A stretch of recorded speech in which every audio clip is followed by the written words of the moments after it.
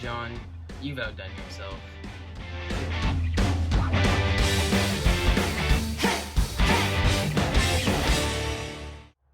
Welcome back to the Team 12 Seattle Seahawks podcast. I'm your host, Team 12s, and today we're going to be talking about how John Snyder has completely outdone himself and gone above and beyond what we've asked him to do this offseason. So let's start out with the offensive line and what he's done there.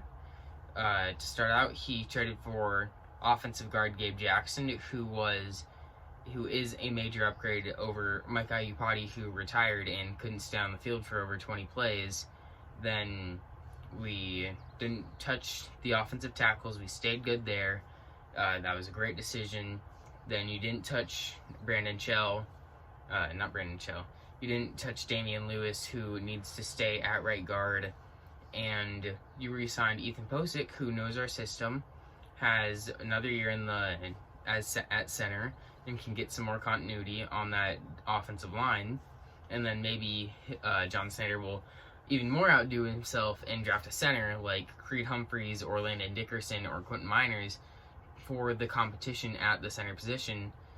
And if, say, Ethan Posick wins, then if Gabe Jackson or Damian Lewis gets hurt, you can put Quentin Miners in for a couple plays or a game or two to help them rest up, since Quentin Miners played the offense pretty much anywhere on the offensive line in his college career. And to the wide receivers, he hasn't really done much there. He did the Lockett extension. I didn't love it, but seeing the contract details after a bit, I like the deal. Pushing some cap from this year to the future, I'm happy about that. That's all I've been wanting this entire offseason. Just push to the future, for the now, for the Super Bowl. And we need one more wide receiver. I trust John. I do not trust Pete Carroll when it comes to the offense, unless you're talking about drafting a good running back. But Pete Carroll isn't a general manager or a scouter really too much, unless he's trying to pick up DK and just taking off his shirt like, ha! But we just need one more wide receiver. John Snyder did great at the running back position with not touching Penny, keeping him on the roster so far, and re-signing Carson. So we saw it and it was like, oh, he's getting paid about like $5-8 million a year. That sucks. But then we saw the contract details, and this year he's getting paid $2.5 million, which is unbelievably low for his abilities. So I love that deal. I would like to see some of Wilson's base money this year pushed into money in the future, but they haven't shown they want to do that yet, which makes it possible for a trade, but I don't think it's going to happen since I've done so much to make Wilson happy. And then they re-signed fullback Nick Ballore. He's a great special teamer, and when he is on place, he does great. So, offense, great. Special teams, great. Don't need to touch that. And defense. Oh my god, defense. Only thing I'd like to see there is Jamal Adams' extension. And Quandre Diggs maybe trade, put Marquise Blair in, but it's just like little stuff. It's just like, maybe do that. Like, it's stuff you can barely nitpick at. So, that's good on the safety side of things. Linebackers, we need a guy to replace KJ Wright because Jordan Brooks isn't the best in coverage.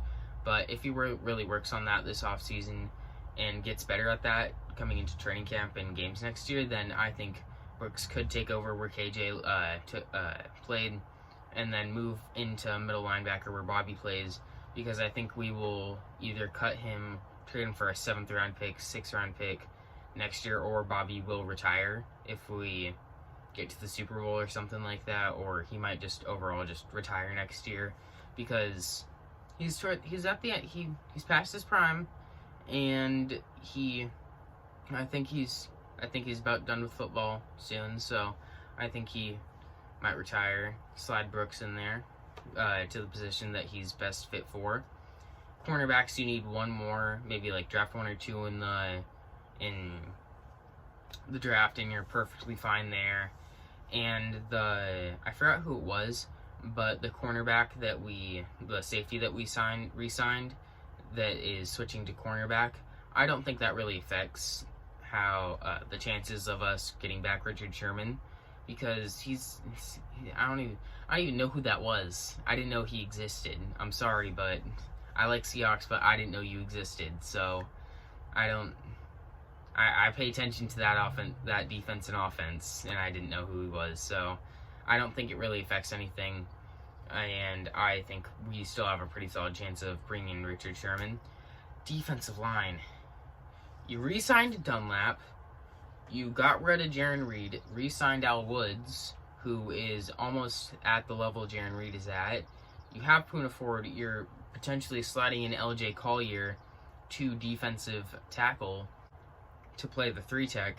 And then you also signed Kerry Hyder, who wants to play the Michael Bennett role, where in the NASCAR package, he would, on clear rundowns, he would pretty much line up at the 3-tech as like the rush D tackle, and then just in case it was not a run, he could maybe move a little bit to the outside with his body and slide over as the play starts and try and get to the edge a little bit. So it's just amazing. And then on top of that, we signed Aldon Smith, who in his first couple years, he was pretty much a slot-in Hall of Famer, it was looking like, if he keeps up on this pace. But then he went into some brain stuff where he was a little messed up, and he was out of it, and the character issues were questionable and stuff like that.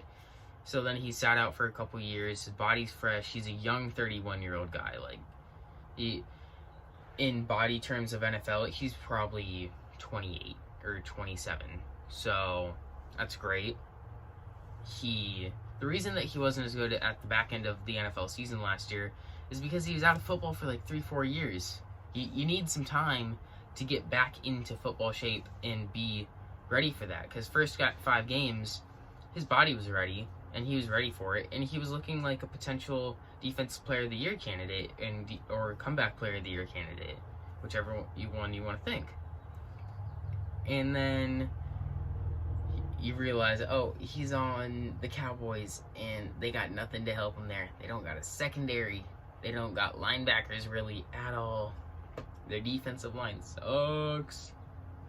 So all they had was Aldon Smith last year, and he was playing like 80% of the snaps. You can't play a player at 80% of the snaps. He's gonna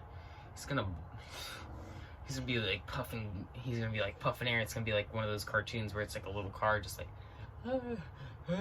just like wheezing and just like puffing smoke out of their exhaust pipe. So, of course, he wasn't as good as he was in the first 5 games of the season in the last 11. So, I think one more year to be in football shape, and a year where he's not going to be playing anywhere near 80% of the snaps, maybe around 50, probably less. Same with Carlos Dunlap. He might be playing less. He might be playing 50, 60, maybe less than that.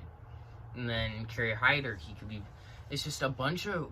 You have like 4 really solid guys, and then on top of that, you have like 2 guys that can rotate in, and you just have all these amazing, talented players for competition that can keep rotating in and being fresh.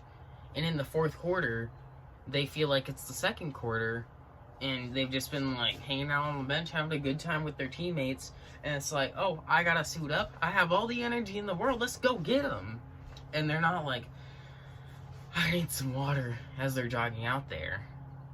So I think this could potentially be the best defense in the NFL next year, and especially I think we are an easy top 3 defense if we sign one more cornerback. So I'm optimistic. You should be optimistic. I'm happy. I'm excited. Go Hawks. Leave what you think of the video down below. Constructive criticism is always enjoyed. I always want to be better with this. And please like and subscribe, not leak. What am I saying? I slur my words sometimes.